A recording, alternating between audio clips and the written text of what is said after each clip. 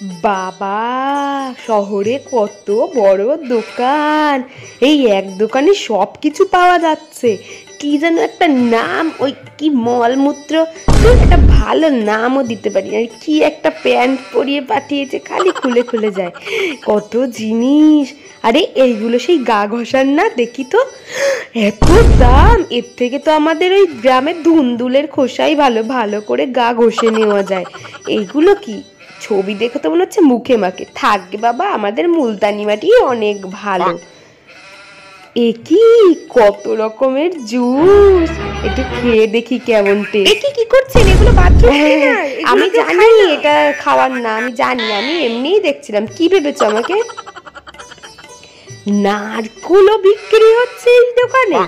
আমাদের তো গাছেই কত আছে, বাবাকে বলবো ওখান থেকে পেরে এনে এখানে বিক্রি করতে। হ্যাঁ, লেবুও বিক্রি হয়? বলবো গ্রাম থেকে সব এনে এই দোকানে বিক্রি করতে, তাহলে অনেক টাকা পাবে বাবা।